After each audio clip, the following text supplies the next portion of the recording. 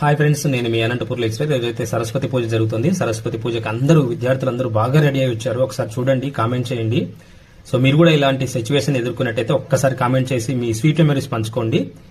ఇక్కడ ఉపాధ్యాయులంతా కూర్చున్నారు, బెంచెస్ మీద ఉన్న వాళ్ళంతా ఉపాధ్యాయులు అనమాట. చూడండి ఒకసారి.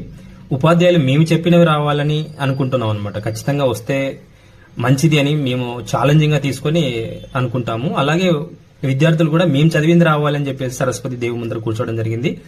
సో హాస్టల్ అంటే మామూలుగా ఉండదు, ఒక పెద్ద సమాజంతో సమానం అనమాట.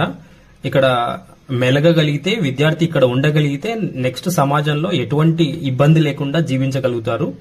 సో అదేవిధంగా మన సమాజంలో ఎదుర్కొనే గెలుపోటములకి ఇది చాలా అడ్డా అన్నమాట ఈ హాస్టల్ అనేది. సో విద్యార్థులు ఉపాధ్యాయులు మిళితమై కూర్చున్నారనమాట ఇక్కడ.